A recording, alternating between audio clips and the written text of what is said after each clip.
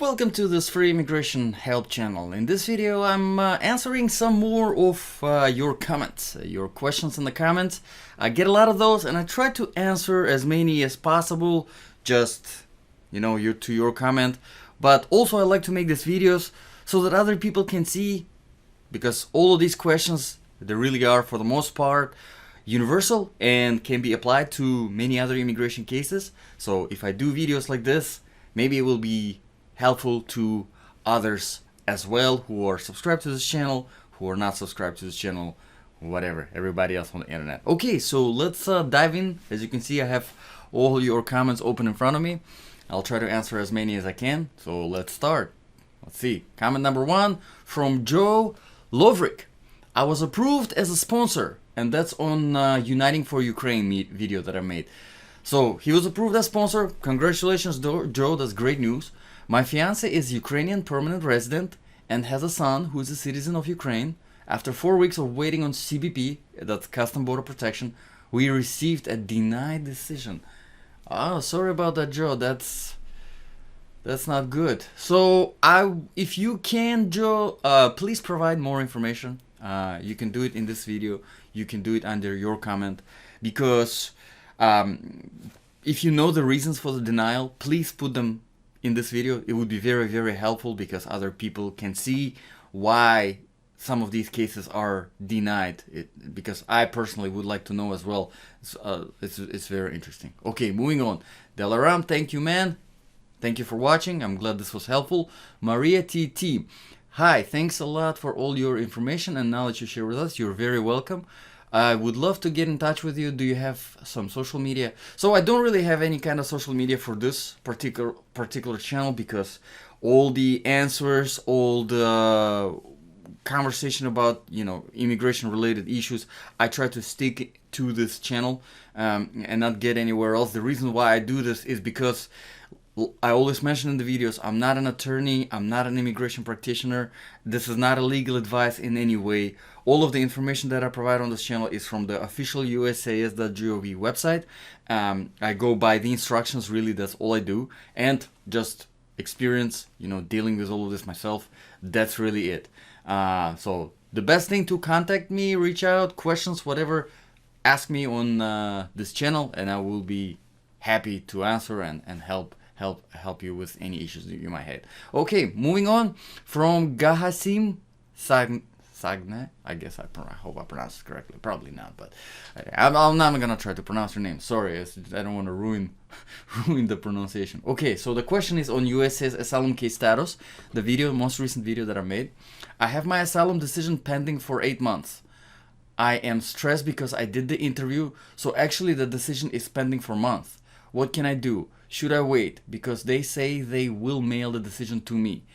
And then there is question under that question from Julius. Which asylum office did you go do your interview in? Actually, that's a very good question from Julius, because unfortunately it does vary from one asylum office to another one, because some of them are just busier and more overwhelmed than others.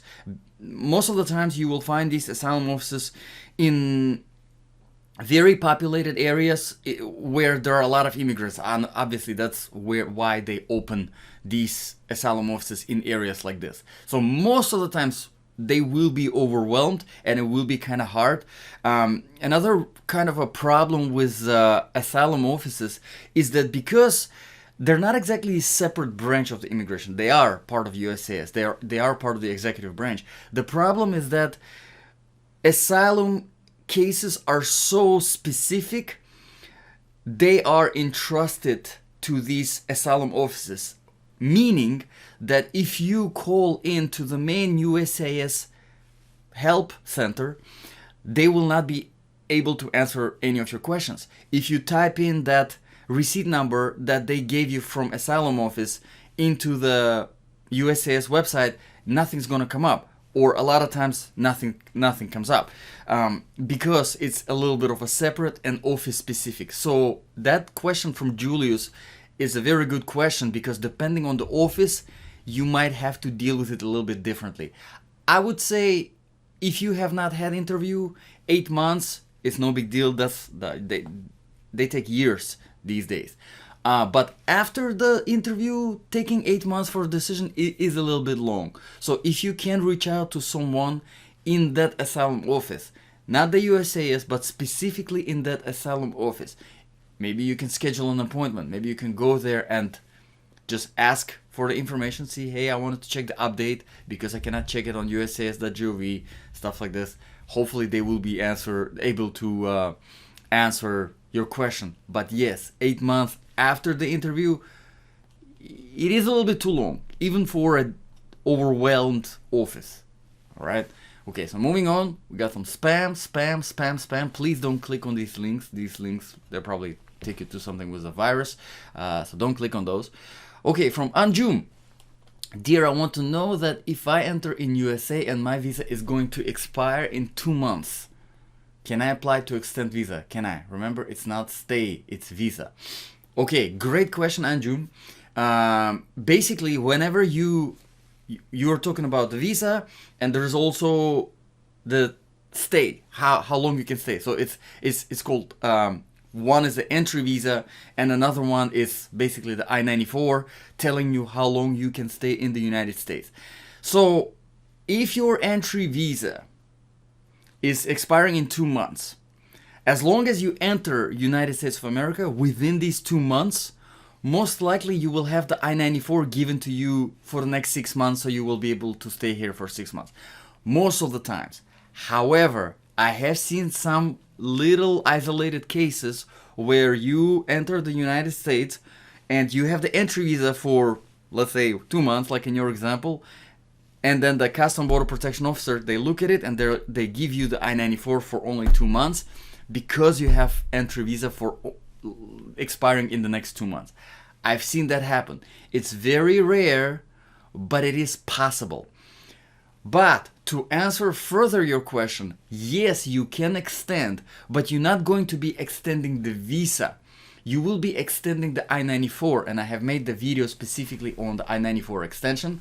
And actually, yes, you are looking at it. You are on this video, the I-539 visa extension. So you are on the right track. So you will be extending that stay, basically, the I-94. It's not that complicated of a procedure, but you can't really extend the visa. That's the thing. So the only way to do that is to wait for it to expire and then apply again and get another visa.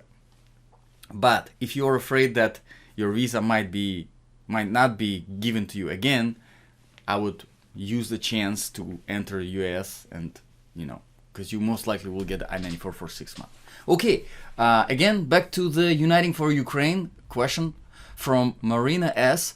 Hello, I filled I-134. Okay, that's the form that you need to file for Uniting for Ukraine program. Applications for a family, husband and wife. Okay, wife is Ukrainian citizen and husband is a non-Ukrainian. The applications were approved for both and they completed attestations. Wife's travel authorization was received within minutes after the completion of attestation. However, the decision for husband's travel authorization is still pending. It's been a week. He was added to the wife's case as a group member. Is it normal? I'm worried that his case was overlooked. I called USCIS, but they were not able to give me any information. I'd appreciate any info you can provide. Thank you. Absolutely, you're very welcome. So it's really difficult questions to answer, because I have seen some absolutely, I don't even have the word, audacious, crazy situations, unfortunately, with USCIS and the embassies, where the whole family is approved, the whole family got, approved for green card, for family reunion, whatever, and then they go through the embassy, and then the wife and the kids, they get the visa to travel to the US. It's basically temporary immigration visa, saying that, okay, that they're immigrating to US, now you can go to US. So basically with that visa you come to the US and then you do everything else, the green card, whatever, you just apply for that. And then they deny the husband. Not just delay, they deny the husband. They approve the whole family and then they give it to wife and kids and they deny the husband. No reasons, no criminal history, nothing, no problems. Same status, A wife is a citizen, a husband is a citizen, and it's their children, and they have been married, and they have all the records of marriage and all of that sort of stuff. It's ridiculous. Sometimes it gets really, really ridiculous. Luckily, in your case, it's not that bad just yet. You're just a week in. I would give it another couple of weeks at least to see what's going on with the husband before you do any kind of actual, I don't call it radical decisions, but actually, trying to reach out here, there, filing the complaints and doing all of that sort of stuff. Because he wasn't denied. It's really just pending. So hopefully he will be approved sometime soon. But do not be surprised if something crazy like this happens, because it does happen.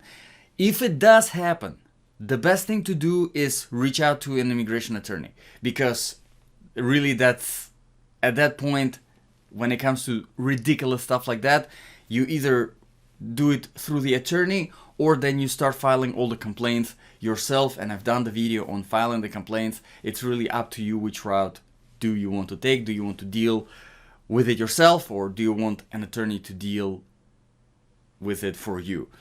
If you're doing the attorney route, make sure obviously that you are staying on top of the case. You're monitoring everything that the attorney is doing, because I've seen a lot of attorneys, they like to delay stuff.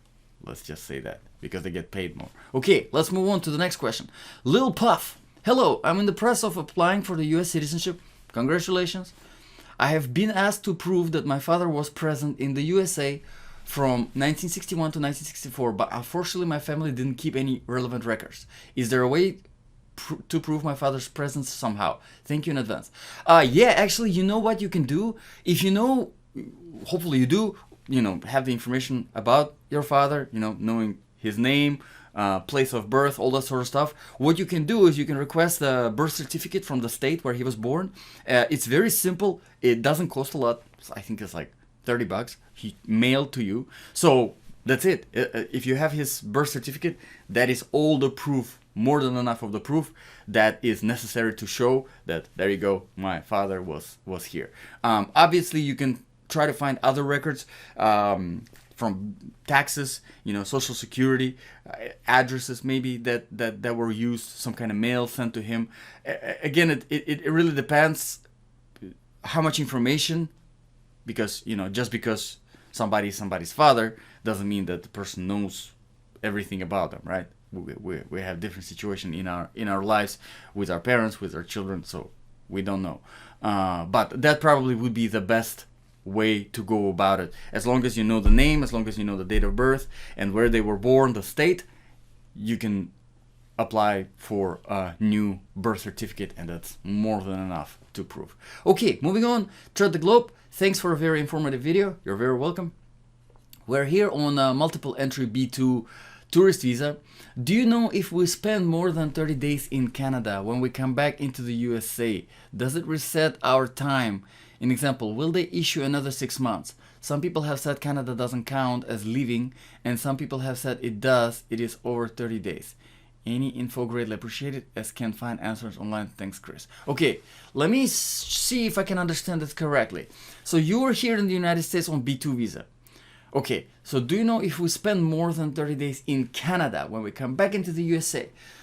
Okay, so if you're not Canadian, well, actually, even if you are Canadian, you're leaving the United States. Here's the thing. It depends. It depends how you're leaving the United States. For example, if you are crossing the border, Canada and USA border, by a car, right? By just auto transportation. On the border, they don't do anything with your passport. They don't put any stamps. They don't do it. At least they haven't done it for, they put probably in their records that you are US citizen if you're entering. For international travels, if you are not a Canadian citizen, then it might be a little bit different. Then they might be doing something with the passport. So it depends, because when you're getting back into the United States, are you going to be going through a port of entry where they open out the passport and say, okay, you have been in Canada for 30 days. Now you're entering the United States again. Then yes, to answer your question briefly, yes, it will count for sure because you are exiting the country and then you're getting back into the country. Definitely. But I have also seen cases where, I'm not trying to scare anyone, but I've seen cases where people come back and they are given not 6 months to stay in the United States, but only like a month because they say, hey, you just left and then you came back. So, with all of that being said, because you're asking this question on the I-539, obviously you care about extending your stay. If you want to extend your stay, if you have enough time before your I-94 expires, it is much better to just file that extension of stay instead of going out to Canada and coming back just to get another extension for 6 months. Really just much more simple to apply for another extension. Hopefully that answers your question. Okay, moving on. Just to thank you. You're very welcome. Thank you for watching. Moving on. And I think I'm going to stick to these questions here. Let's see. Where's the one? This one. And boom. There you go. And stick for today so that video is not too long. Okay, the question from Sandeep. Similar question related to L2S visa extension through I-539. Can a L2S visa holder continue to work after visa I-94 expiry based on timely filed I-539 receipt? For your information, L2S visa holders are authorized to work incident to status. That means they can start a job as soon as they land US. Okay. Continue to work after visa expiry based on timely filed. That is a really good question. It's a really good question. L2S visa is a pretty specific visa.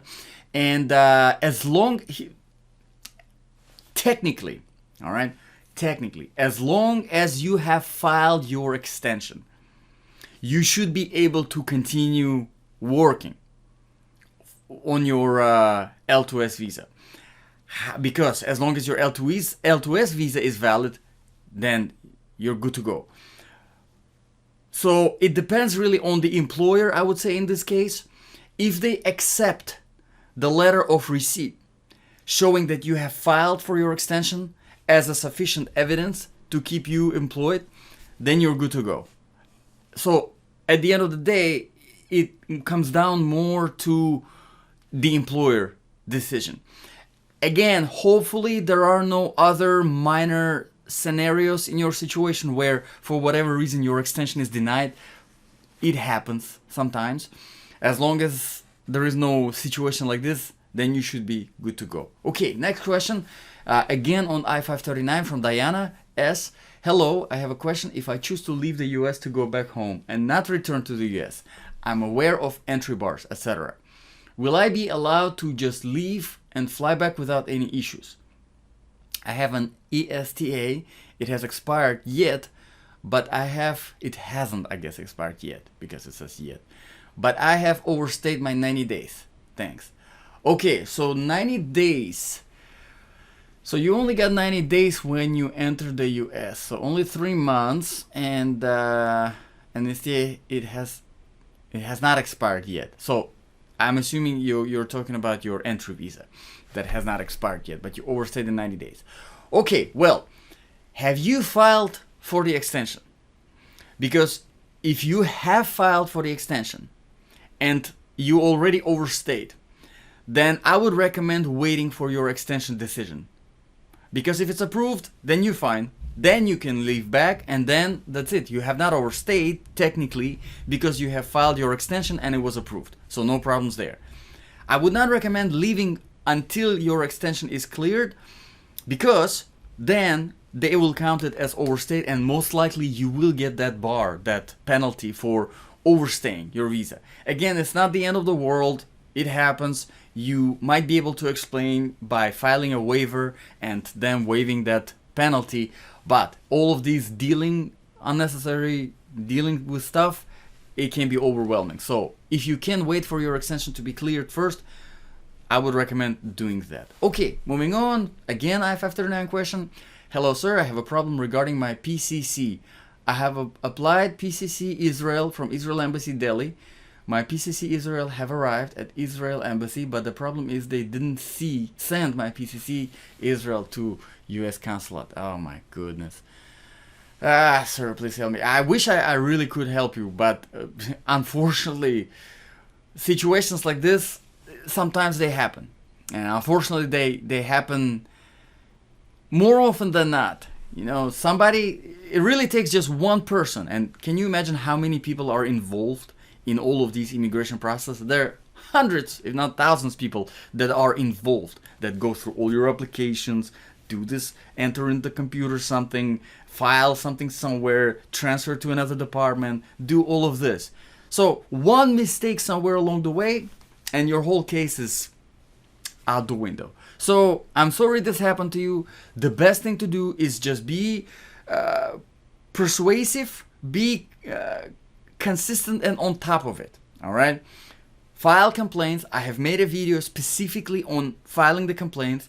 If you can, hire an immigration attorney. I have made the video on finding a good immigration attorney, knowing how to talk to immigration attorney, doing the right terms, contract terms with the attorney so that you don't end up being screwed over really by the attorney, because it happens. It happens more often than not, unfortunately too.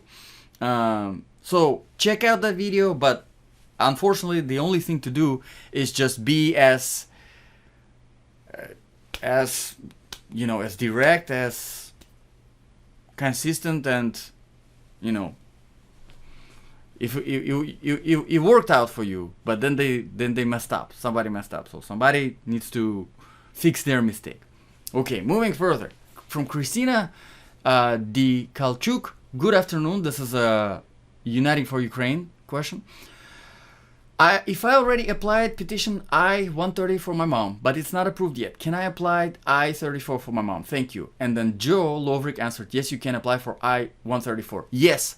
Good job, Joe. Thank you. I appreciate your answer and helping other people on this channel. Yes, Christina, definitely you can. There is no problem with that. The only thing, if your I-134 works out and whoever you are inviting, they come here, your mom, you said your mom, she comes here by I-134, make sure to send a letter to USCIS withdrawing your I-130 petition. It's very important. Don't keep another case going when one case has been approved and one case has been successful. It's very important to close that other case so that further down the road, when you're doing the green card, when you're doing the naturalization, that is not the problem. Because I've seen this happen to be a problem. There was one case going, started another case, this case succeeded, and then when it was time to file for green card, problem came up. They were like, hey, what is this case that is pending or whatever, or denied or whatever that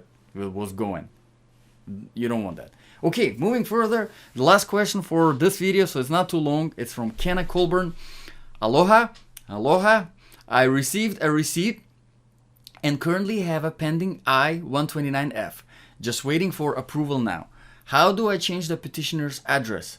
At the time was temporary international, now USA full-time. And how do I change the beneficiary's address? It's an international address. There's no way to change an international address on the form. Okay, so in order to do that, yes, there is no, on this particular form, you can't do the international address. This particular video is specifically for the US, all right? So you're changing your address with USCIS. If you have an immigration case going with them, you're changing your address with USPS, which is the US Postal Service. And you are changing your address with DMV, which is your Department of Motor Vehicles, whatever. So your driver's license, your ID has the updated address. That's really all you're doing. You can't really update the international address. Now, you might be able to put an international address on USCIS side of things because, I mean, sometimes you do have, and they will have the option for physical address and for the mailing address, but for USPS, for the DMV, obviously you won't be able to do that. Hopefully that answers your question. So, thank you very much guys for watching. As you can see, if you ask your questions in the comments, I try to get to them. Sometimes I'm not able to answer all of them, but I will try to get to as many as I can. Thank you for watching, and I'll see you guys in the next video.